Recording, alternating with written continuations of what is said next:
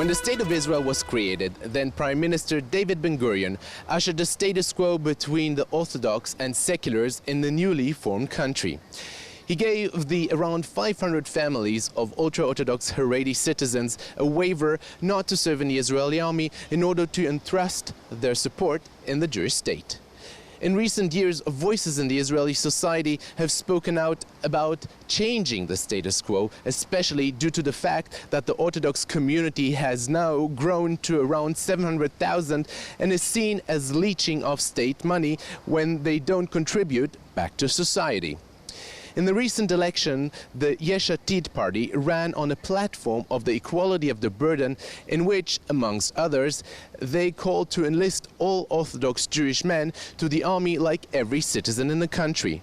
The Netanyahu government has recently approved the new draft law, and now everyone is anxious to see when and how it will be implemented. We asked our experts what they think is going to happen next. Dr. Robbie Nathanson from the think tank Macro believes that the entering of the Orthodox community into the life cycle of the Israeli society will automatically shift the burden every citizen in the country will have to carry. The idea of engage and enroll the Orthodox into the army and motivate them to participate in the labor market is to make a much fair distribution of the burden in the army, and if this will be the case, then youngsters from the secular sector, they might have to serve far less.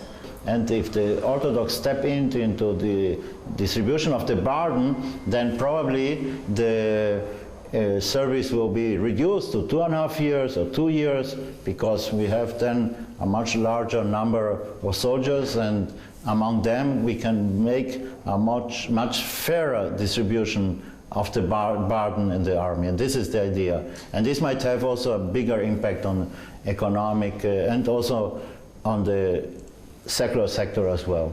The deputy mayor of Jerusalem, Yitzhak Pindrus, proclaims that it is not about going to the army, it's about the seculars forcing on the Orthodox to change who they really are. I can't tell you the situation is getting better, it's getting worse.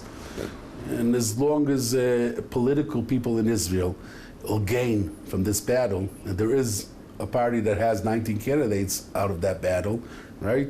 As long as that's going to be going on, I don't see a solution happening. I'd rather go to jail than trying by any group in Israel to change my tradition and my culture. Okay, the matter, like I said again, the issue is not the army. I was personally in the army. I have friends that were in the army, right? I know children that went to the army. That's not the issue. The issue is making me not legitimate and trying to change my style of life and my culture. And for that, I'm willing to go anywhere. Jerusalem Post columnist Jonathan Rosenblum claims that neither the government nor the army really want the Haredim to enlist. I don't think the government does want to force the Haredim to enlist into the army. I think this is basically a political ploy. It doesn't want to force them to enlist in the army because the army can't absorb them. The army is undergoing major budget cuts right now. Major budget cuts. They're cutting back on procurement, they're cutting back on training. They don't want to spend their money on creating a whole separate army for Haredim, which will have gender separation, which doesn't exist in the regular army, but they'll create gender separation. They were accepting Haredim at the rate that they can accept them. Already in 2011, the army, there were more Haredim registering, young boys registering to enlist than the army was able to accommodate. When you have harsh language like, we'll criminalize anyone who doesn't go into service, so people respond and say, so we won't go, we'll all go to jail. Everybody knows it's a game. The criminalization is a game and the going to jail is a game. And they know that if it would come in, that you would en masse try and enforce 5,000 Haredi 18-year-olds a year or 21-year-olds a year to go into the army, which the army can't accommodate with anything like their religious standards, that they would go to jail. But that's all a game because it's not going to happen. Pindrus explains it starts all with the fact that the Orthodox Jews cannot get a job in the secular sector. I really don't think it is a problem that needs a solution. The Haredi community is growing. The more was growing the share that were going to the army, the more jobs were available for Haredim. And as a matter of fact, the main problem for jobs for Haredi people is because they're not accepted to jobs. The more is going to making Haredi not legitimate, I would say would be, it makes worse the issue, it doesn't make it better. Jonathan Rosenblum thinks there was a special time in the history that allowed Orthodox Jews to do only spiritual work, but that time is slowly but surely going away. The social model upon which Israeli Haredi society is built is based on the post-Holocaust moment. It's based on the desire to rebuild the citadels of Torah learning, which were completely destroyed by the Nazis in the Holocaust.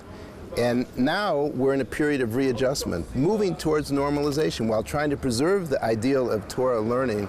And it's now in a period of adjustment within the Haredi world for reasons entirely due to the internal needs of that community, having nothing to do with outside governmental pressure and so forth.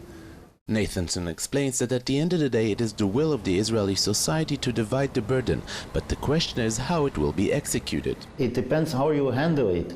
I mean, there are positive trends of initiatives from the Orthodox sector itself and people there that are telling, listen, we don't want to be depending anymore on transfer payments, and we want to share also the burden, and we want also to increase our participation in the working market. The participation of the Orthodox in the labor market is increasing, and it was 50% or less, and now it's close to 60%, and this is already a very positive trend. And with both sides of the issue currently entrenched in their position, this has become a competition of who will blink first. For JN1, I'm Ron Jacobson in Tel Aviv.